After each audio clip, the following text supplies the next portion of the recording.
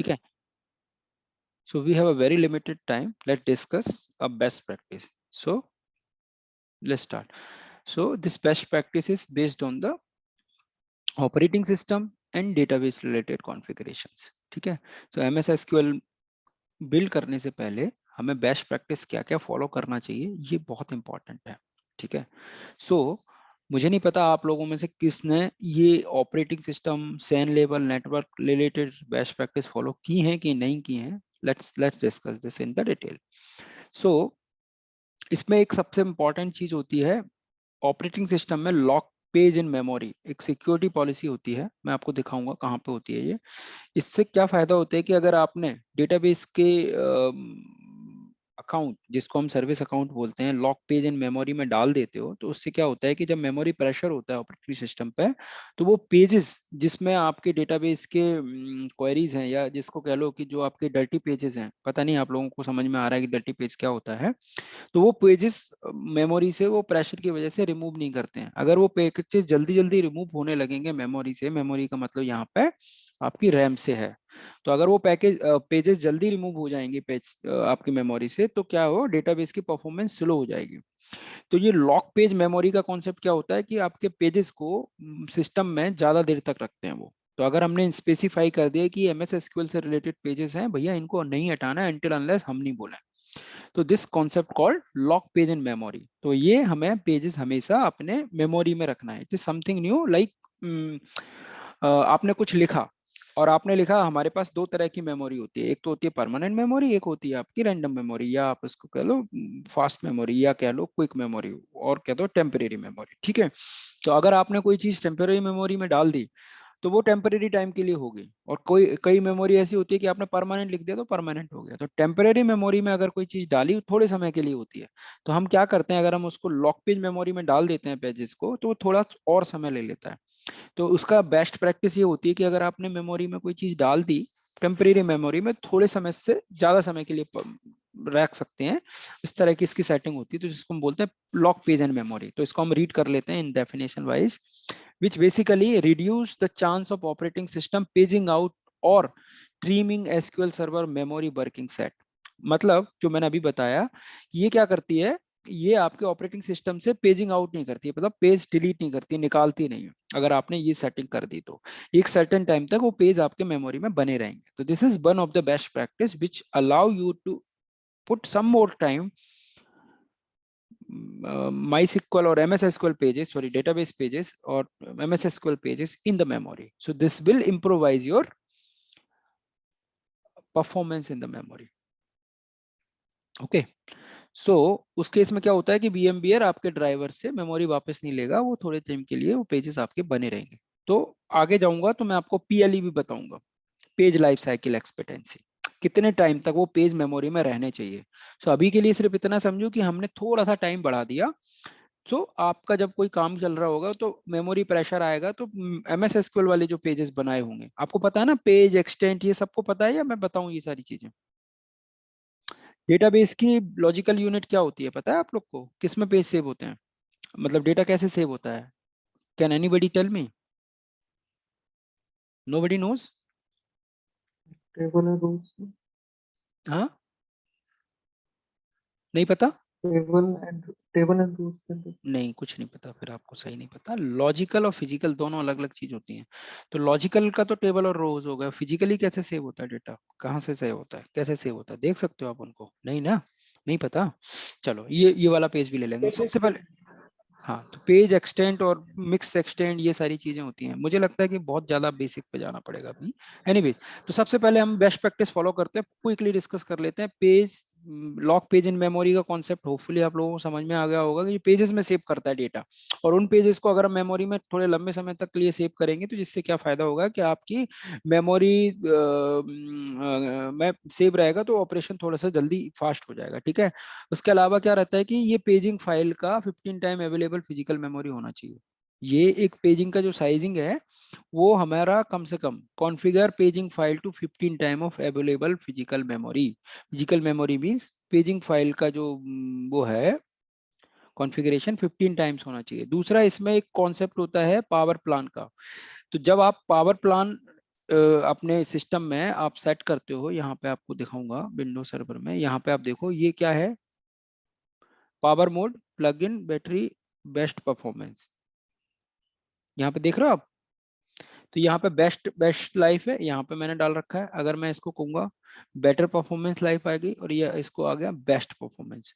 तो इसका मतलब ये हुआ, ये सेटिंग 2008 और 2008 R2 के बाद आया था कि पावर प्लान का हम कॉन्फ़िगरेशन कर सकते थे। तो इसमें तीन सेटिंग्स, तीन लेवल होते हैं। एक तो होता है जिसको हम बेस्ट बैटरी लाइफ पे जाते हैं, दूसरा होता है एक मीडियम जिसको आप कह लो बैलेंस्ड, और तीसरा होता है हाई परफॉर्मेंस पावर।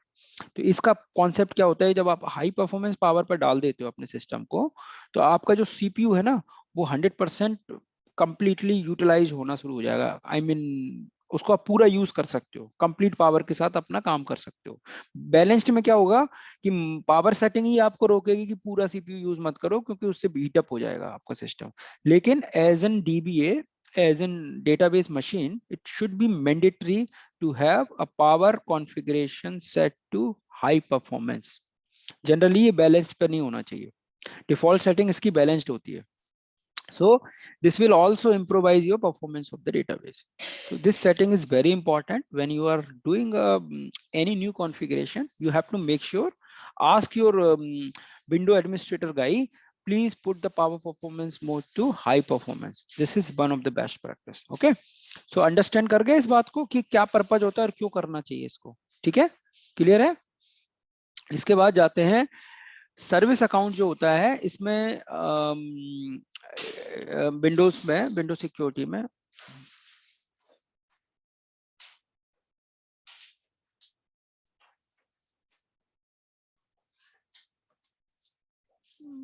दिखा देता हूँ। एक्चुअली विंडोज के थोड़े फीचर अलग होते हैं, मतलब विंडोज सर्वर के, और इसके थोड़े अलग होते हैं। इसकी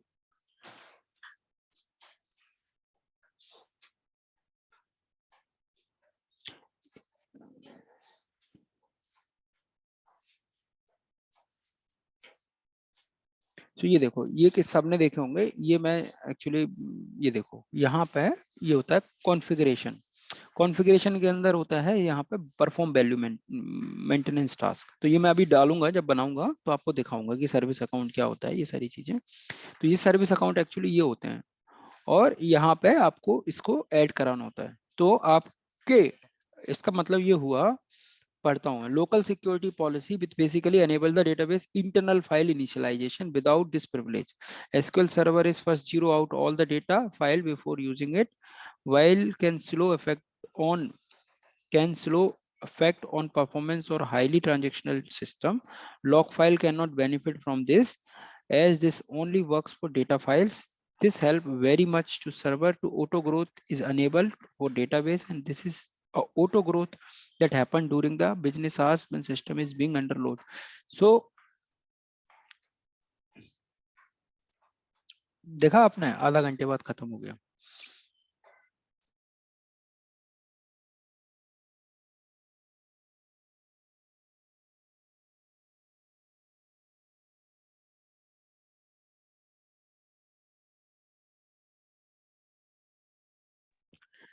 इसका क्या मतलब होता है कि जब आप डेटाबेस पर राइट करते हो ना, तो चेक पॉइंट चलता है। चलो ये वाला पॉइंट भी मैं तुम्हें पूरा साइकिल दिखाऊंगा, आर्किटेक्चर भी डिस्कस करेंगे हम लोग। तो पूरा चेक पॉइंट का जो कॉन्सेप्ट होता है वो क्या करता है कि जैसे ही डेटाबेस राइट हुआ, हर 5 मिनट में आपका इंजन होता है वो चेक पॉइंट चला देता है। चेक पॉइंट चला देता है, इसका मतलब ये होता है कि वो मेमोरी से पेजेस हटा के डिस्क पर राइट करता है। तो उस प्रोसेस में क्या होता है कि जब ज्यादा पेजेस होते हैं, आपको फिर और स्पेस चाहिए, और वो चाहिए ब्लॉक्स, जिससे आपकी फाइल राइट हो जाए। तो माई MS SQL में क्या रहता है कि आपके वो छोटे छोटे चंकीज में स्पेस अलोकेट करता है।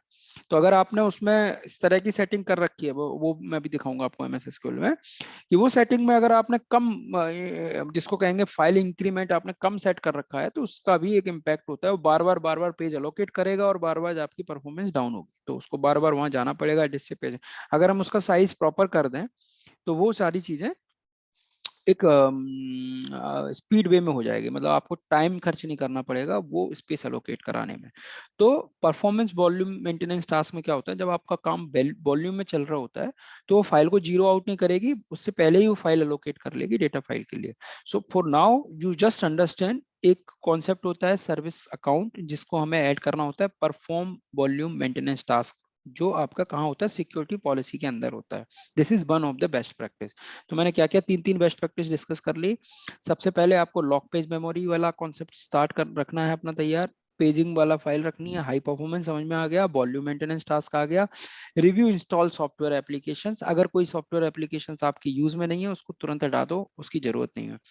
This is also important. This is one of the important recommendation from the Microsoft to do not install antivirus software. This is one of the important कि आपके डेटाबेस सर्वर में एंटीवायरस इंस्टॉल नहीं होना चाहिए।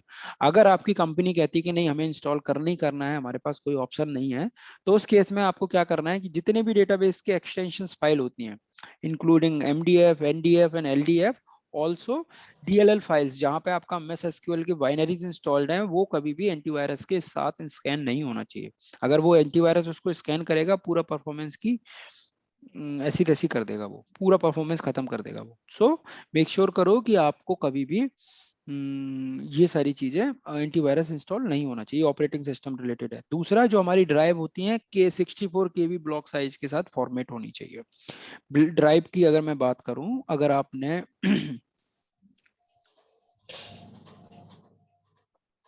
तो मैं अगर देखता हूं यहाँ पे प्रॉपर्टीज,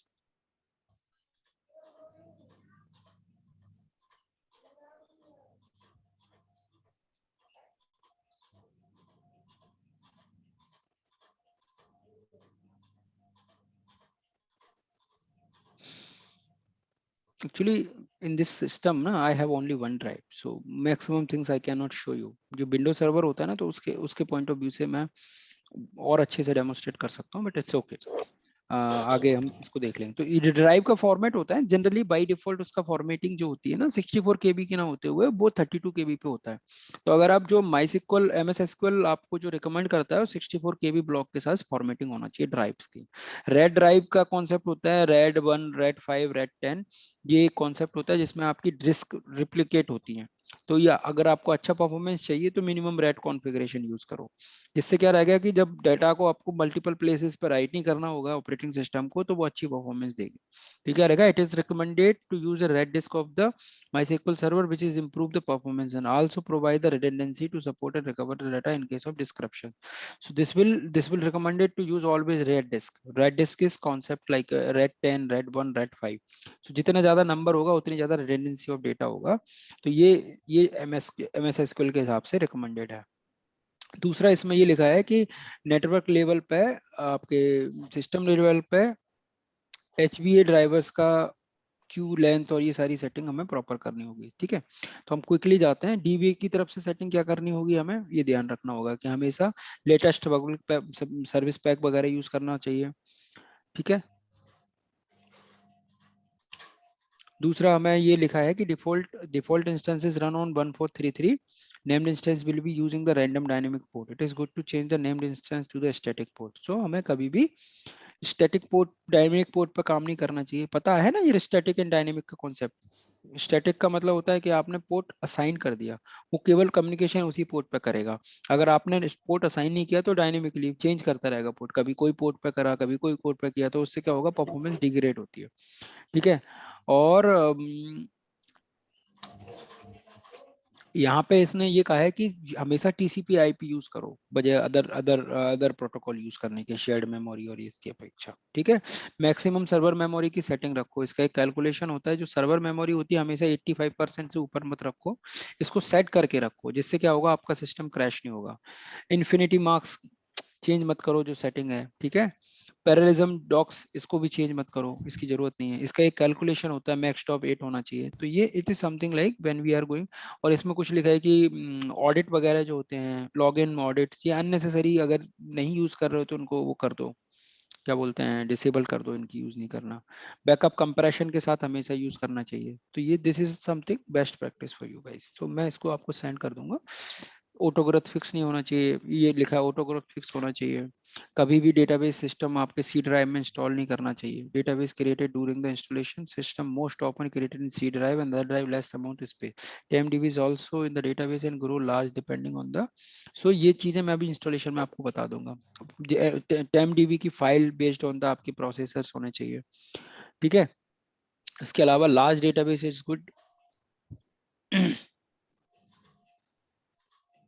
उसके अलावा अगर आपके पास डेटाबेस साइज ज्यादा है तो उसके हमें डेटाबेस के साइज के हिसाब से फाइल सिस्टम भी पे काम करना चाहिए। तो मुझे नहीं पता कि तुम्हें फाइल सिस्टम पता है, रिकवरी मॉडल का ध्यान रखो कि अगर हमें क्या एसएलए यूज करना है, ठीक है, श्रिंक का कॉन्सेप्ट का ध्यान रखो। तो ये सारी चीजें आपको बेस्ट प्रैक्टिस में कवर करनी पड़ेंगी। इट इज अराउंड 3 इयर्स, ठीक है। ये इसका आर्किटेक्चर है। तो आर्किटेक्चर हम कल पढ़ लेंगे, बट आज की डेट में ये बेस्ट प्रैक्टिस फॉलो करना है। इसको आप लोग एक बार रीड आउट कर लो और इसको फटाफट एक कॉपी इसकी मैं आपको ऐसे पिंग कर रहा हूँ। ये सारे पेज में से जो पॉइंट किसी को समझ में नहीं आ रहा हो वो मुझे बता देना, मैं उसको एक्सप्लेन कर दूंगा, ठीक है। क्योंकि अब हमारे पास केवल 5 मिनट बचे हैं। ये फटाफट कॉपी कर लो आप लोग।